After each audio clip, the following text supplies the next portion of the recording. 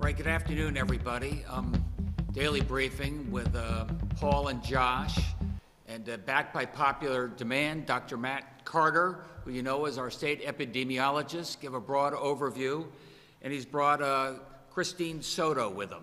Kristen is an expert on track and trace, and that's going to be the focus of our discussion here this afternoon. Let me just tee it up for just a couple of minutes. If you look at our daily summary, I think of most interest to me, I usually don't spend as much time on the positive cases because I tell you that's simply a function of how much testing we're doing. But we did a fair amount of testing, 2,000 tests performed, and only 315 positive cases. 315 is the lowest we've had in weeks, and that's about a 16% or so test rate. So we'll see if that indicates anything. But when I say only 315, I don't mean it. Tomorrow, we've got two folks who are going to come who were both afflicted with COVID, tested positive. You may know one is Rudy Marconi, first selectman of Ridgefield forever, and he'll be here to talk about his experience and as regards a ring town in Fairfield County, but his personal experience. And also Jane Garibay. She's a state representative, Chamber of Commerce, afflicted back in mid-March, quite a while ago, just to give a little personal perspective of what we talk about when we say positive cases. Again, you'll see hospitalization is down. That's, I think, what, the 6th day in a row. That's, of course, a trend line that we're following as regards our plans for a gradual reopening of what we're trying to do.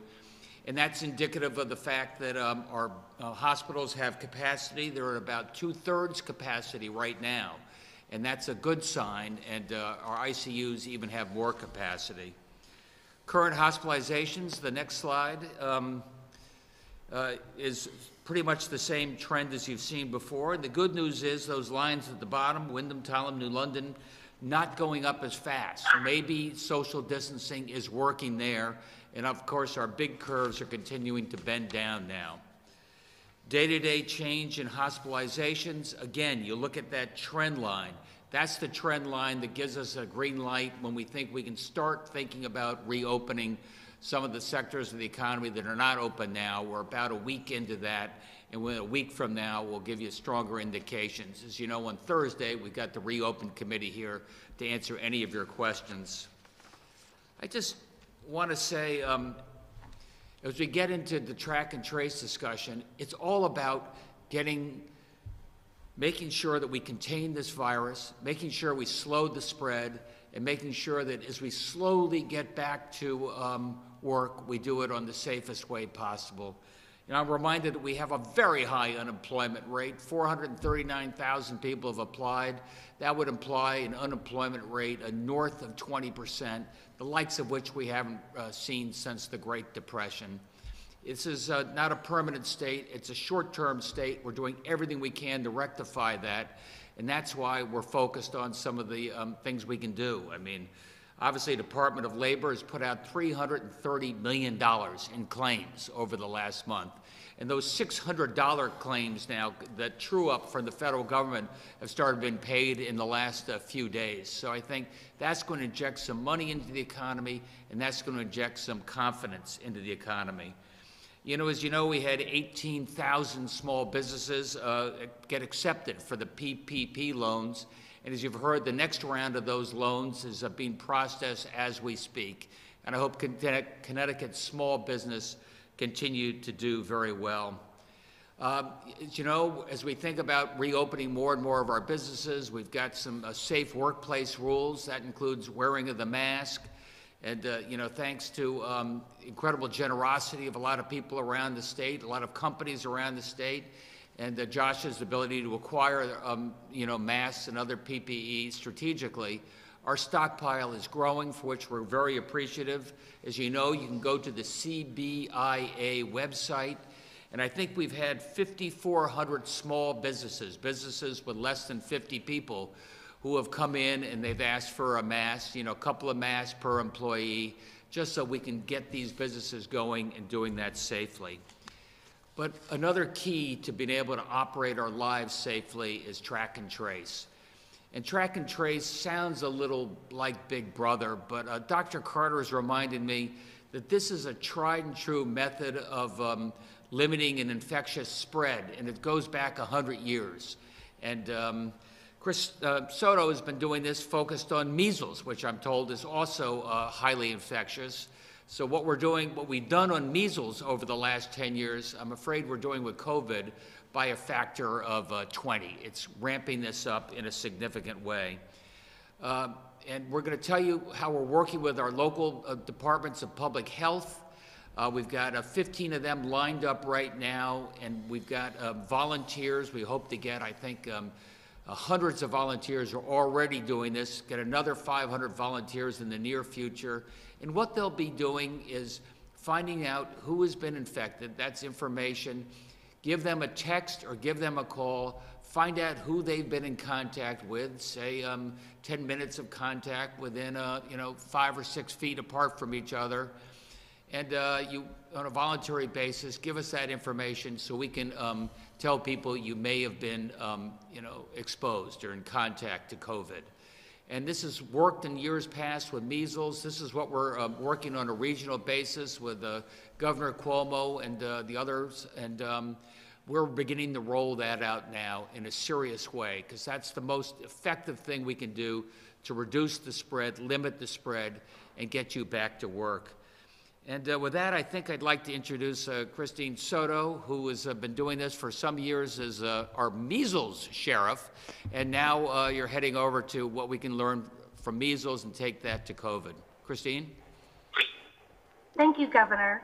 My name is Kristen Soto, and I'm an epidemiologist in the infectious disease section at the Connecticut Department of Public Health. Today, I'll be telling you a little bit more about contact tracing, which is one of the key tools in our public health toolbox to help control the spread of diseases, including COVID-19. We've been working closely in collaboration with the Reopen Connecticut team to make sure that what we're doing in terms of contact tracing aligns with strategies to help Connecticut return to normal. In particular, I'm really excited today to tell you about a new initiative called Contact. Contact is a system that we're developing in partnership with Microsoft and their ARIAS, or At-Risk Identification Alert System. And so us here at the Department of Public Health, as well as our 64 local health departments, will be working closely with Microsoft to implement this solution over the next month. Next slide, please. As the Governor and Dr. Carter have emphasized, contact tracing is not something that's new, and this is something that we routinely use for other infectious diseases, including including measles. We're looking to adapt the strategy for COVID in order to help stop the spread of infection in our communities and prevent small clusters or individual cases from turning into larger community outbreaks. So without contact tracing, people might spread COVID-19 unknowingly. I think it's important to point out that although people can choose to stay home if they're sick, oftentimes people might spread a disease either before they start to show symptoms or if they're asymptomatic. So even if somebody follows all of the public health recommendations, there is still a chance that they could unknowingly spread it to their close contacts, and those contacts in turn could spread it to others in the community. Contact tracing, on the other hand, helps us put in place control measures to stop exposures from happening. How this works in general terms is when we identify a positive case, we will speak with them to determine their potential exposures and who they've come into contact with, both immediately before they became sick, as well as once they started showing symptoms. We then ask those contacts to remain at home, therefore interrupting the chain of transmission and stopping the spread of COVID further in the community. Next slide, please. I would now like to talk to you a little bit more about the contact solution specifically and how we'll be using this technology to leverage our existing contact tracing plans to really have a coordinated statewide effort. Local health departments, as well as the Department of Public Health, will continue to receive information on all individuals in the states that test positive for COVID-19.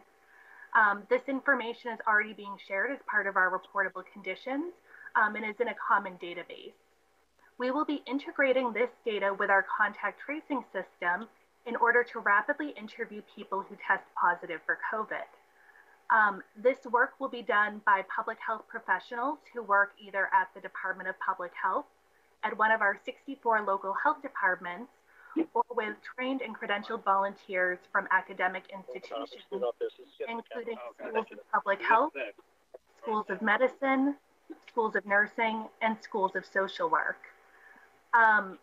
This workforce will allow us to quickly reach out to people, identify their exposures, and also give them guidance on what they can do to prevent spreading this infection to others around them. Additionally, by leveraging this new technological system Contact in partnership with Microsoft, we'll be able to rapidly share information across jurisdictions. So if a person resides in one jurisdiction and has contacts in another, that information can be seamlessly shared for follow-up. All cases will be asked to fill out a questionnaire letting us know about their symptoms, when they became sick, and who they may have exposed either immediately before or while they were symptomatic. This information will help us to identify individuals who are at risk of developing COVID and give them recommendations in terms to remain at home and stop the spread of COVID in the community. Again, all contact tracers that we're working with will be trained to provide support to individuals who are identified as both cases and contacts, being able to answer general questions about the disease, as well as referring individuals to social services as needed. And they will also have training to make sure that we're handling all health information in a confidential and secure manner. Next slide, please. I think it's important to point out that DPH as well as local health departments can only do so much, even with the best technology in the world. And that for contact tracing to really work, we need the support of you and the public to help us in this endeavor. First of all, if you test positive for COVID-19, you should know that somebody from a public health department, again, either DPH, your local health department, or a volunteer from an academic institution will be contacting you to talk about your illness. This contact might be occurring via text message, emailing, or over the phone.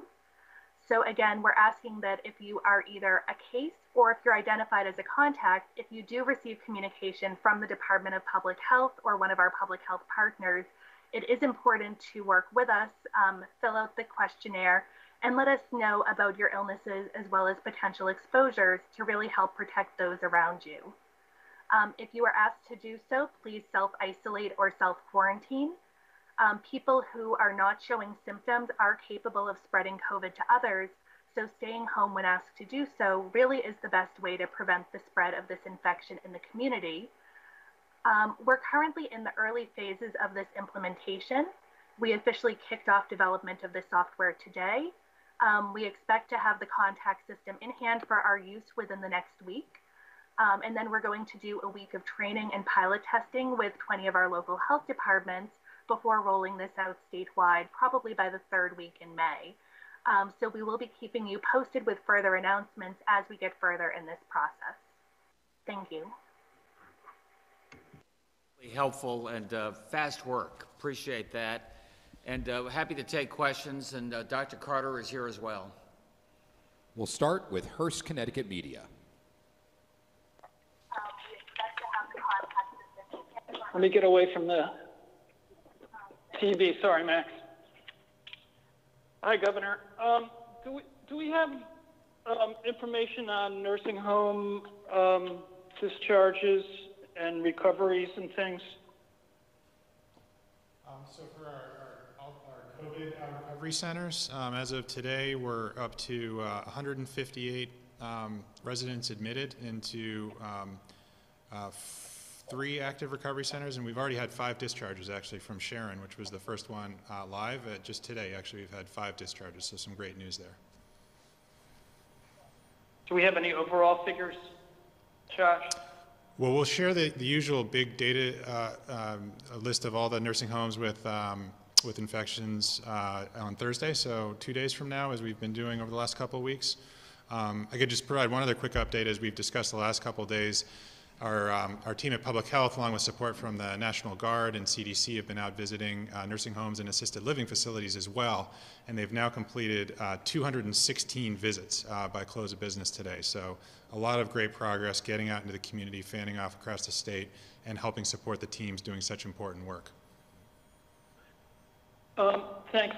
Do we have a ballpark figure on the number of tracers who may be involved?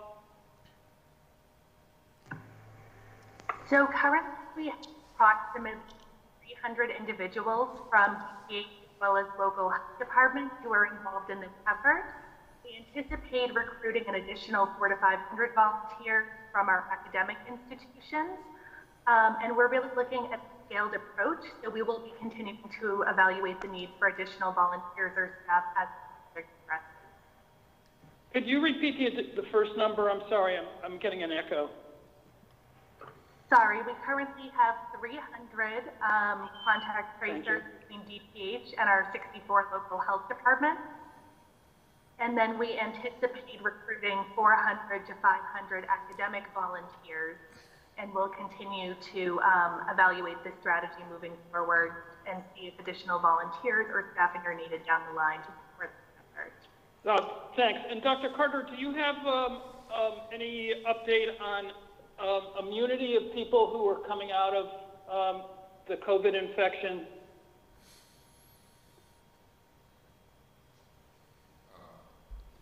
Dr. Carter, you're muted. Thank you, Max.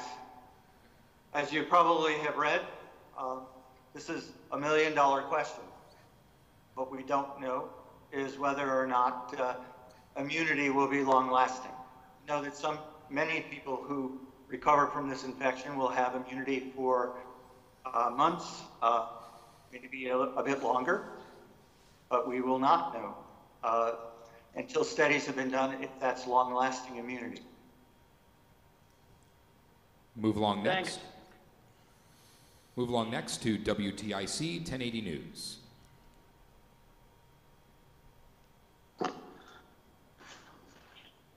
Dr. Carter, on the trace, how many people do we have to track and trace to be able to prevent further spread? What percentage of the population? Yeah, I'd like to take that question. This is Dr. Carter.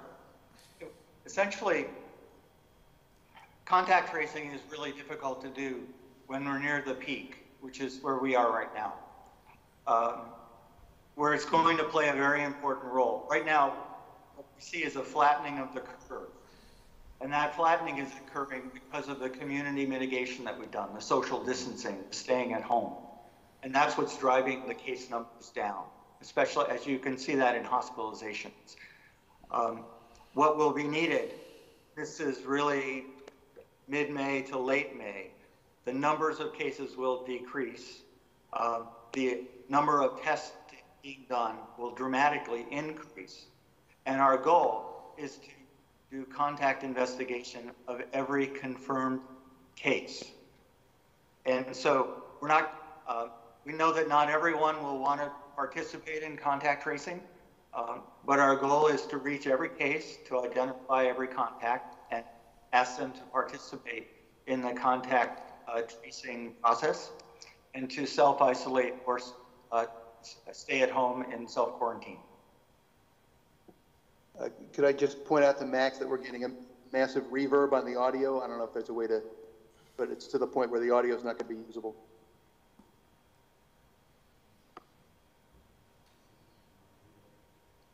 Any suggestions, Max? Perhaps log out of the Microsoft Teams call and log back in. We'll move along next to the Waterbury Republican American. Yes, I have another question for Dr. Carter. Perhaps you could give us your thoughts on the statistics that we've been seeing. It's been a while since we've heard from you. We've had another day of hospitalization declines. The governor pointed out at the start about the number of positive cases. So perhaps you could give us an assessment from an epidemiologist's point of view. Of the call to log back in to attempt to fix an audio issue. If you have another question, you can direct to either Ms. Soto or the governor or Josh or Paul. I would start there. Okay, well, yeah, all right. Well, with the governor, we've heard some more objections raised to the composition of this CT Reopen Advisory Board and its operations outside the Freedom of Information Act. Today from the House Minority Leader, the Conservative Caucus, the Yankee Institute for Public Policy. They say it's a matter of public confidence and trust that the people who will be most affected by the discussions that will inform its recommendations be able to hear them. Well, I'll take that question, and then Dr. Carter, you can talk maybe a little bit about some of the trend lines you've seen since last you were here.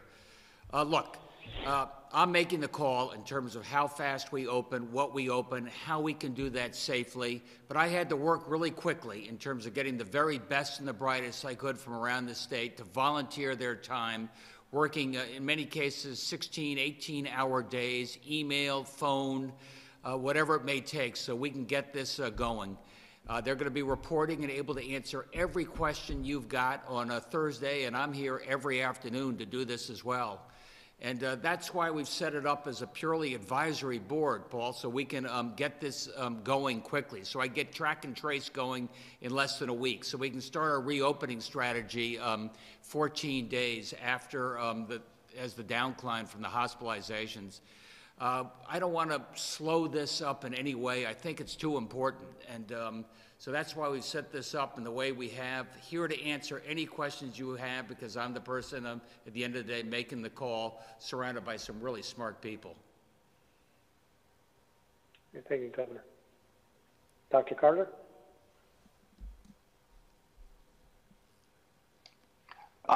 Could you repeat the question, please? And is my audio better? Sounds good to me. No, I just wanted to hear your perspective on the trend lines that we've seen, the decrease in hospitalizations, yet another daily decrease. The governor spoke about the drop in daily tests today, positive tests. So we haven't heard from you in a while. So your thoughts on the trend lines? I think it's clear that social mitigation, what we've done in terms of social distancing has had a dramatic effect on disease transmission. We certainly have seen a much slower spread of COVID-19 in the state of Connecticut than we thought we would see a month ago. I am concerned, however, that we need to, the trends are encouraging. But the number of cases that we still have are far too many. And we should not think that we are through this at this point in time.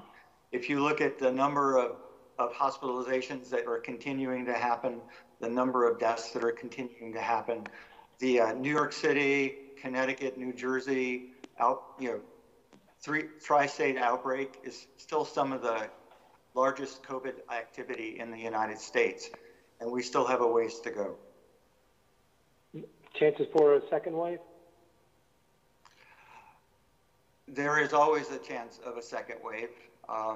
One of the things that we have learned about COVID-19 is that it's very unpredictable. And it's also clear that we are probably going to see increased in COVID activity in the Southern Hemisphere, in Australia, South Africa, et cetera, places that are just now entering their winter season. So COVID is going to continue to exist even if our numbers go down here in the United States. And it is likely that we will see a second wave in the fall. We would all wish that that was not the case. But if we do have a second wave, I think we have time to prepare to make sure that we have enough personal protective equipment. We may have an antiviral treatment at that point in time, something that actually treat the infection, which would be a tremendous advance. We will not have a vaccine yet by the fall, but we will be in a better place. I don't think any of us would look forward to re-entering quarantine again the way we have, but it's something that we need to be prepared for. We'll move along next to CT News Junkie. Thanks, Max. This question is for the governor. Governor, why has the Department of Public Health decided not to mandate hospitals to allow the disability community to bring a patient support person with them to the hospital? My understanding is we've done that. Isn't that right, Paul? Yeah. Paul Mounds, Chief of Staff for the Governor. Christine, our agency, Commissioner Jordan Sheff, has worked with the Connecticut Hospital Association on various guidelines on this very matter that should be public either later today or tomorrow. That leaves out 33,000 people in the state with disabilities. Can you say that again, Christine? It leaves out 33,000 people in the state with disabilities because it doesn't apply to anyone who doesn't receive services through DDS.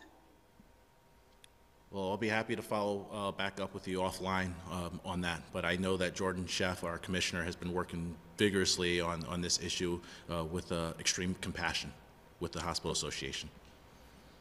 Okay, and Dr. Carter, what do we know about the nursing homes and the staff there and the air systems? Are they able to properly cohort patients with COVID? Well, what's been happening with the teams that have been going out to the long-term care facilities is to look at the implementation of control measures at each of the places that they go to. One of the biggest issues is making sure that not only do the workers have enough PPE, personal protective equipment, but they know how to use that equipment. Cohorting is possible in many of the facilities. And at this point in time, we have seen a leveling off of cases in nursing homes, which is a part of the leveling off that we're seeing across the state as well. I think we're in a much better position now than we were a month ago when infections were occurring rapidly in long-term care facilities and the supply of PPE was very low and staffing was really an issue. Things have improved, although there is still a lot of work to do. Essentially, we need to make sure that infection control practices in these long-term care facilities are as perfect as we can make them, because clearly persons who live in these long-term care facilities and assisted living facilities are at high risk for serious illness, hospitalization, and death from COVID-19. And Josh said that you guys have gone and inspected 216 nursing homes. Do we have any numbers as far as the assisted living facilities go? Do we have numbers on the positive cases and the deaths? So the 216 includes both nursing homes and assisted living facilities. So that's 216 out of approximately 350 in total of both nursing homes and assisted living facilities. And as mentioned previously, we're tracking, Dr. Carter and his team are tracking to put together the data for the assisted living facilities this week as well. Thank you. Move along next to Channel 3 Eyewitness News. Yes, Governor, going back to the contact tracing, there's going to be critics who are worried about big brothers and worried about their privacy. Can you tell us who's managing the data? Is it going to be the state local health departments, or is it going to be put in the hands of a private company like Microsoft? Right now, all that information goes to the departments of public health and local places. People know who has been infected.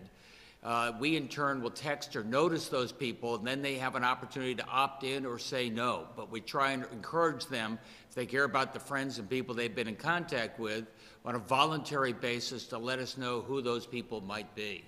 So there's nothing is mandatory about this process, but of course the more people that participate, the more effective it is.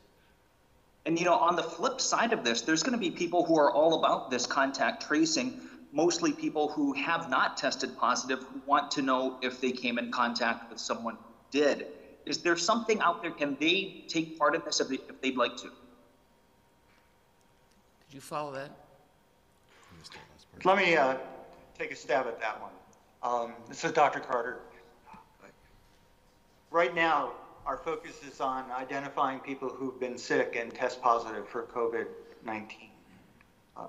But as testing capacity ramps up during May, we'll increasingly be testing people who do not have any symptoms, because we know that people who don't have symptoms can transmit COVID.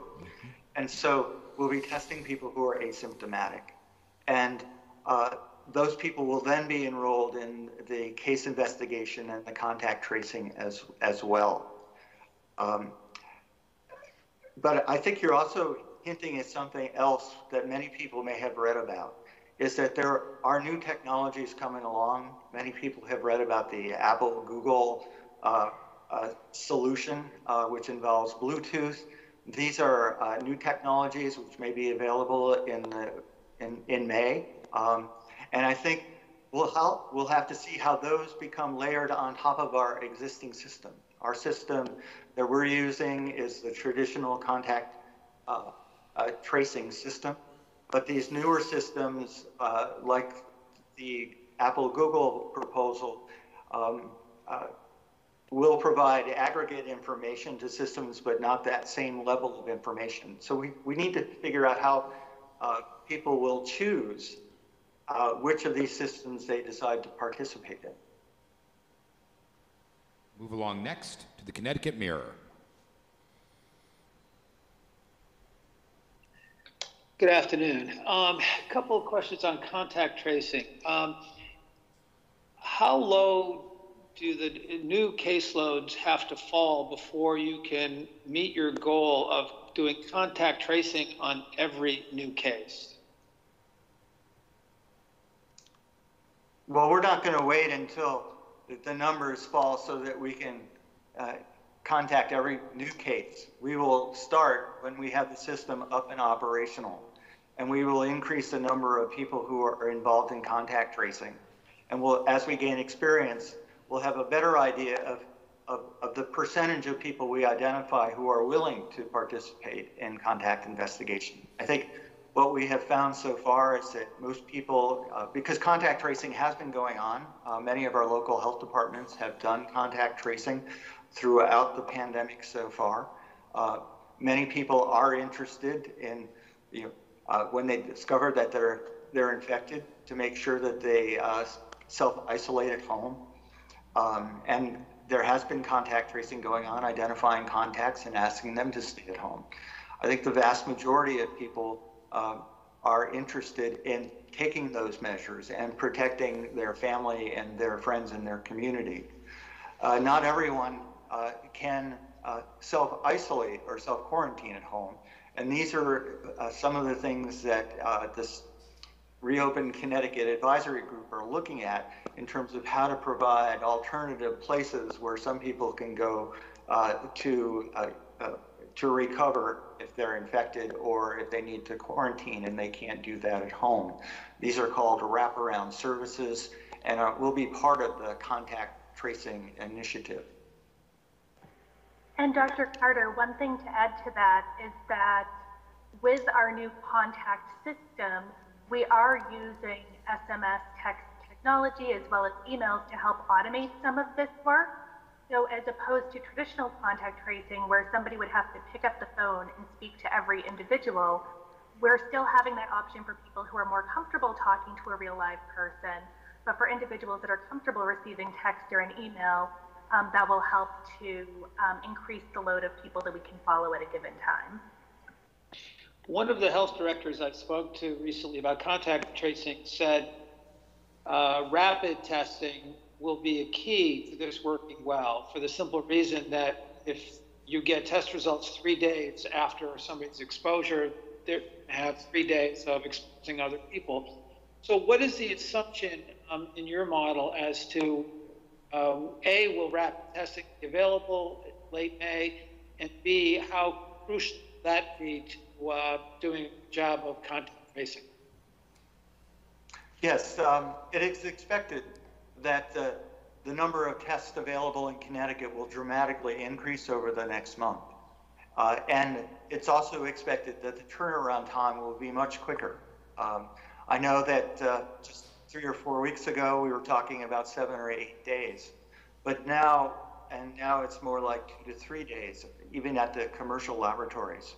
What we're really looking for is testing that can be available within, test results that can be available within 24 hours. That's the current goal for the next month. And part of that will be using sort of different methodologies to try to get samples sent in. It'll involve increasing the number of testing places and moving those specimens quickly to the laboratories that we'll be working with in the ramp up to increase testing. But we agree, shortening the length of time will be really critical, because if we can shorten the time between the test result coming in and the person being contacted, it makes contact tracing and investigation much more effective. And final question, when you talked about starting testing on asymptomatic people, how will they been chosen? Will these be people that your contact tracing has shown to have been exposed? Is that how asymptomatic people will be asked to undergo a test? Well, I think that will be how it starts, is to offer that to people who are contacts of known cases. But I think what's envisioned, and I've been hearing about what's planned in other states as well, is that once testing is much more widely available, people will be able to go to a community testing site, as they do now, whether it's the CVS drive up or to the hospital, whether they are symptomatic or not. We haven't, it's no longer a requirement that you have symptoms of COVID in order to be tested. That went away a long time ago, and we are already testing people who are asymptomatic. But to clarify and build on that, as part of the testing strategy that we're developing, we will have some prioritization, in particular for frontline workers, healthcare workers, others in nursing home workers, others in particular high-risk environments that could be sources of rebound infections. So there will be some structure around that as well. Thank you. NBC Connecticut.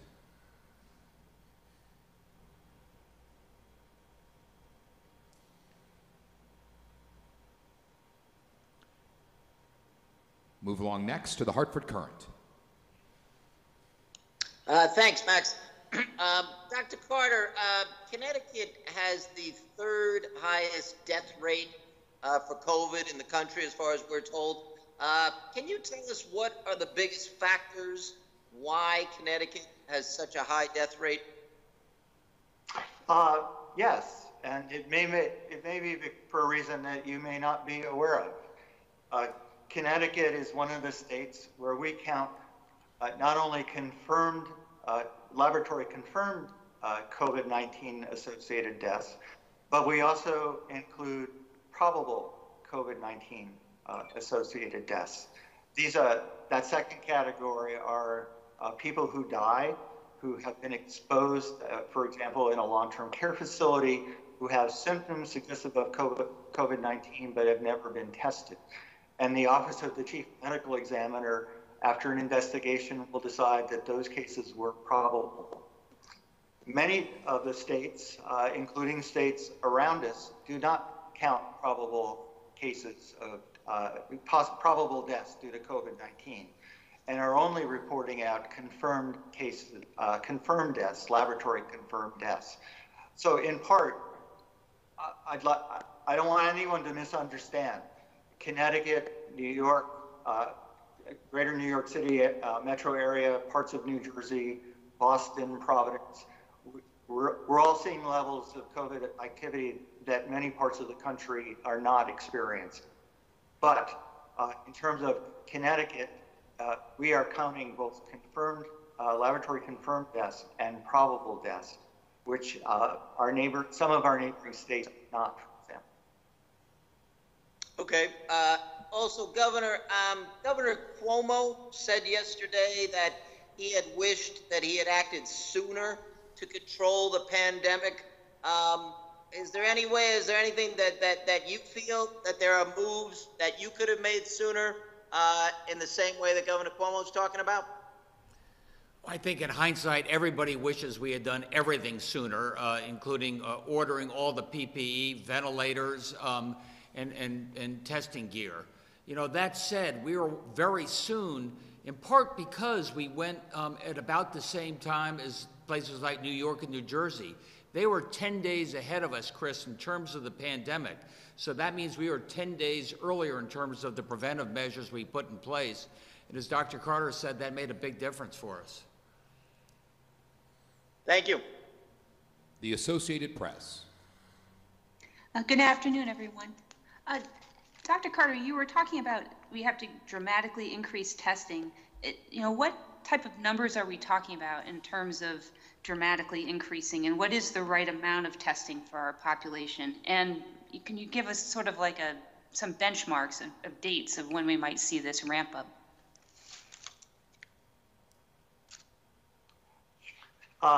I'd be happy to give you a sense for what's going on. This is actually the topic of one of the subgroups of the Reopen Connecticut Advisory Group.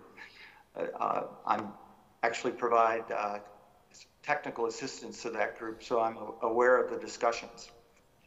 And one of the things that I've been increasingly aware of over the past couple weeks is how many sort of different recommendations there are that have surfaced nationally about how many tests we should do in order to feel comfortable with reopening the state.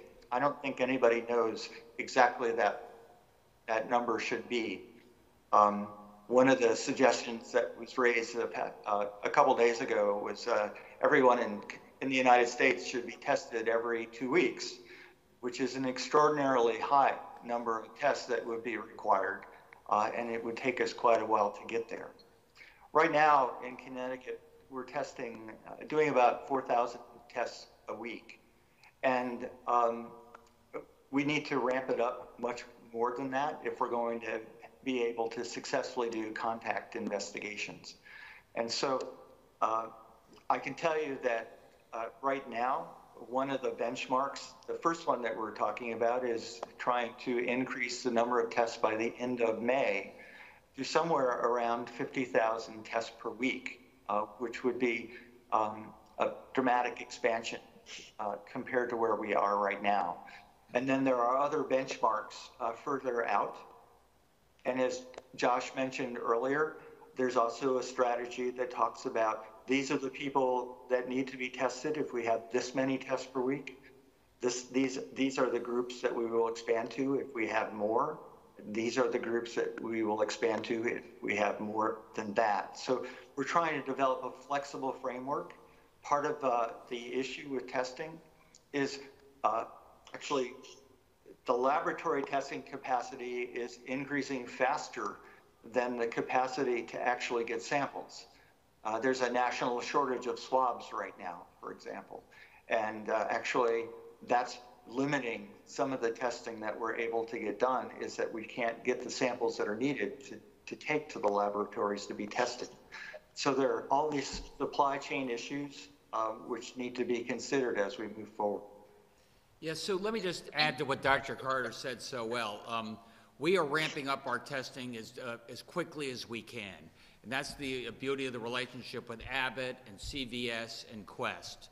And by ramping it up, we want to accomplish two things. As Paz was talking about previously, speed up the turnaround time on that. Obviously, the Abbott lab test is nice because that gets us, a 15-minute turnaround. But even Quest Diagnostics, because we're using their lab just across the border in Massachusetts, is giving us results in less than 24 hours. And in terms of track and trace, if we can notice those people sooner and get them tested sooner, we can stop the virus sooner. That would have been incredibly valuable 6 weeks ago in the nursing homes to have that faster turnaround.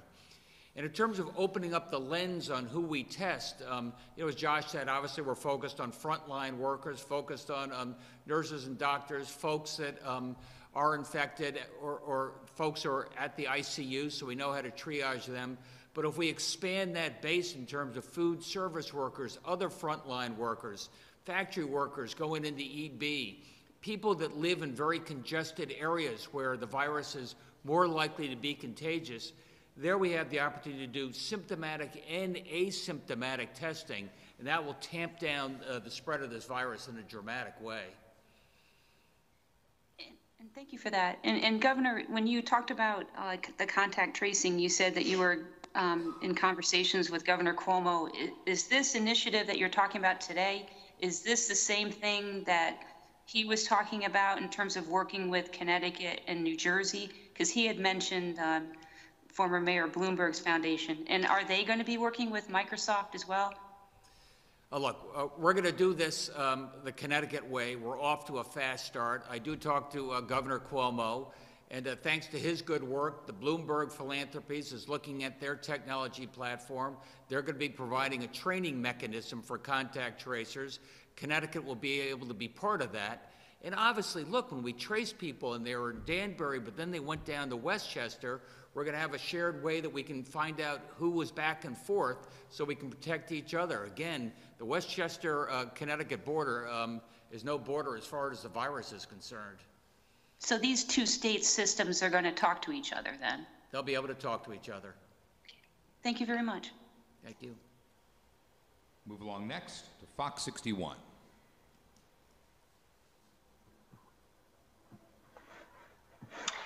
Zania Malgado, Fox 61. Actually, Governor, you just answered my first question talking about how you guys are going to be working with New York for contact tracing.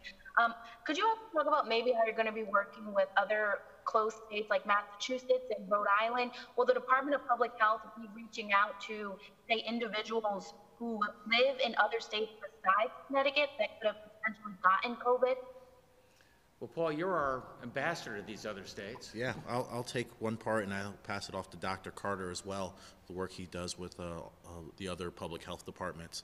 So the collaboration that the governor spoke about with the Bloomberg Philanthropies in terms of the collaboration in terms of this process is all because of the fact that the governor led a regional initiative and understood that this virus, as he stated, has no borders. So I have daily conversations with my counterparts in every other state where we pass off what we're doing, how we're doing it, so we can all make sure that our systems talk to each other. And then, of course, on the agency level, I'll pass off to Dr. Carter to talk about the work that he does with his public health officials from across the state, across the region. And yes, communication between us and our neighboring states continues as it has been. We're always, we know each other really closely, Massachusetts, Rhode Island, New York, New Jersey.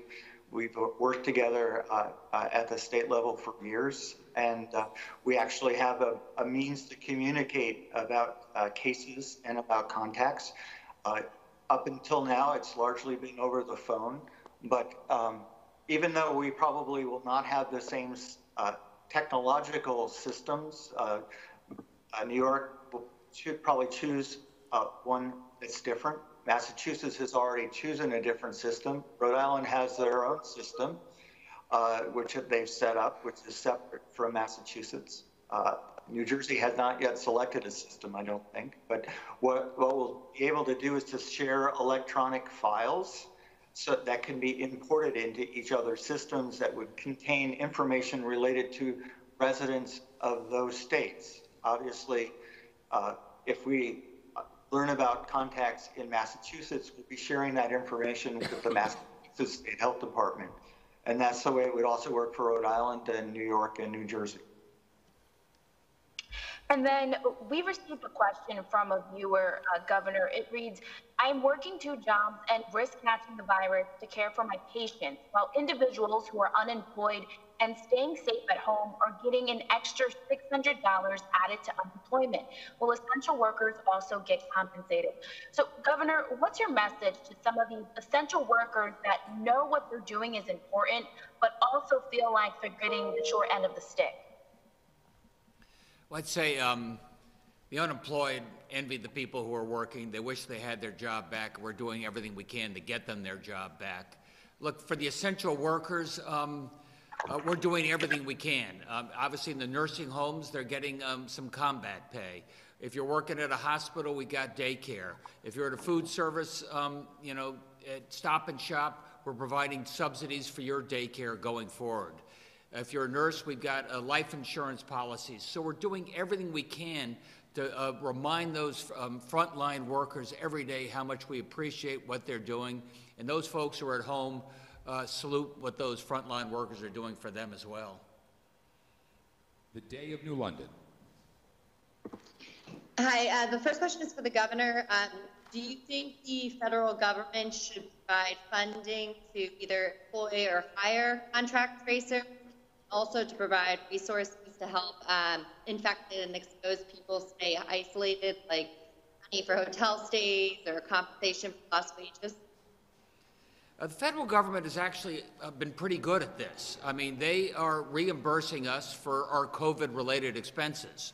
We're going to have to figure out in terms of track and trace and testing what those expenses look like and see whether we're getting enough. But I would argue that that's a place where the federal government has stood up and been an effective partner for us. Okay, and my other question is, with the various states looking at reopening, I mean, maybe this is a question for Paul, like with Rhode Island looking at opening at different dates in Connecticut and New York, how is that being factored into sort of the reopen plan here, given that people and traffic can flow across state lines? You were breaking up a little bit there, but I think I got the gist of it. What we've been doing on the regional level is it's about constant coordination, constant communication, and understanding the decisions that are happening in each individual state and understanding how it affects the other state. We were well made aware of some decisions that were made in Massachusetts and Rhode Island as it deals with schools, and we calculate that as part of our reopen strategy. Similarly, understanding that New York is going to be making the decisions and gradual reopening, and they're applying construction. That is calculated. Similarly, as what we have done in terms of keeping various elements of our society and our economies open, other states are calculating it. Those calculations wouldn't be done by those other states or by us if we were not talking. And I think that's the importance of what I think I've been harping on, the great work of the governor, of it's important that we have strong collaborations with our regional partners during this public health epidemic. We might be states, but we do not have borders when it comes to public health epidemics. And so that's the strong part that we are consistently focusing on. I'm on constant conversations. I do too many conference calls, but they're conference calls that are important and necessary for the decisions to be made on behalf of the public health of the people of Connecticut. A couple of examples. Obviously, we did bars and restaurants at the same time just so we didn't incent people to cross back and forth across the border. You know, we left our marinas open. New York closed them. That didn't work, so now they have opened, so nobody has an incentive to go back and forth. We didn't close our parks and beaches, and Rhode Island had. Now they'll be opening them, just so, again, there's less incentive to go back and forth. This collaboration works for us both. Thank you. Thank you. News 12 Connecticut. Hi, Governor. Since Paul and Josh are there, I wanted to follow up with a question that we asked last week. You extended rental relief to residential tenants, and especially the grace period if people can prove a hardship. We keep hearing from small businesses who are commercial tenants saying that their landlords are not cutting them any slack. There's being said, they're telling their tenants, we don't have to because the state didn't order us to. Is there any thought about extending that order to commercial landlords? Either of you want that? It is something we've been looking at. As the governor said previously, we're really counting on commercial landlords who are getting a number of benefits if they have mortgages and so forth to be able to pass those benefits through. You know, this is a public health emergency, and so the focus on the residential side was to ensure that people weren't getting evicted and creating a public health additional risk by, you know, being out on the street. But it is something that we're constantly looking at, and if it becomes a problem, we'll find a way to deal with it. Correct.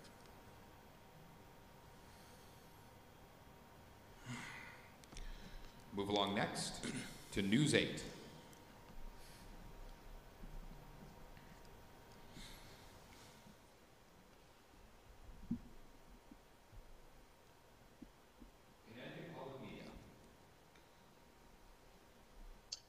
Thanks. I had a question on the issue of testing.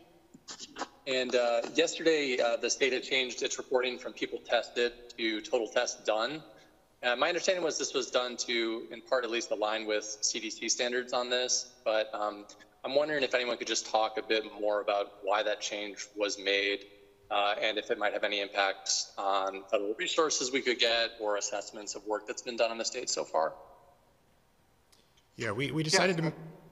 Oh, go ahead, Josh. I'm sorry, just quickly. So we decided to make that change because we're now at a phase in this where many people are being tested for the second or third time. And so by making this change, it becomes a more accurate reflection of our actual daily testing volume in the state of Connecticut.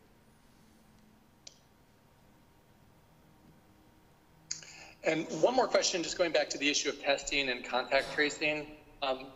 Is there a baseline percentage of positive tests that we would need to ensure that the time and energy we are spending on contact tracing isn't, fruitless isn't the right word, but is as effective as we want it to be? Because it seems like maybe we don't know what that number is. So if we don't, maybe can we just talk a bit about why it is a hard thing to pin that down?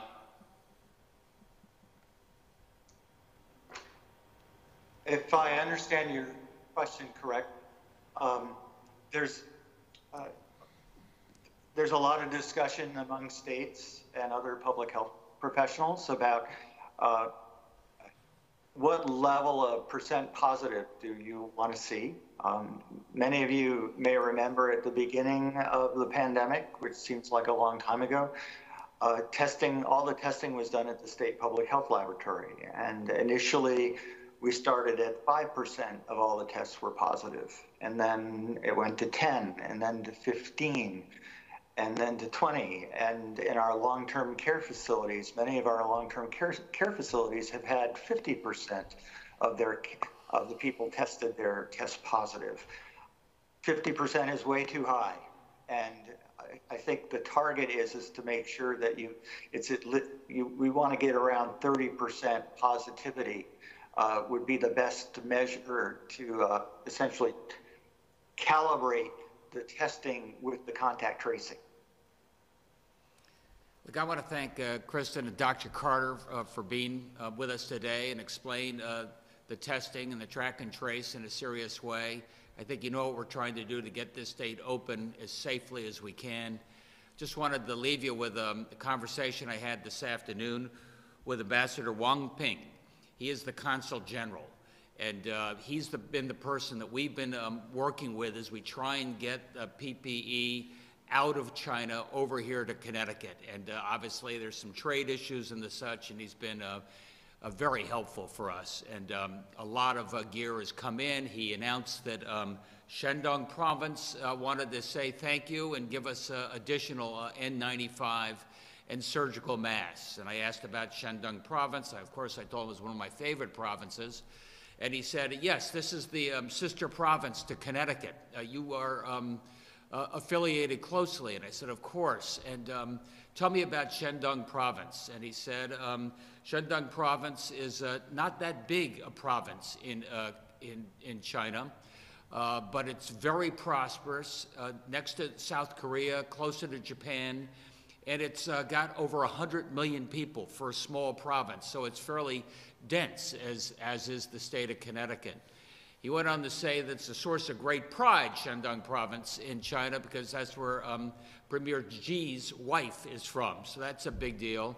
And a big deal to me was that was also where the Confucian heritage came from. So we have a pretty good sister province in China, and I really appreciate the gear that they've given us and working with you, Consul General, to get this done. Thanks, everybody.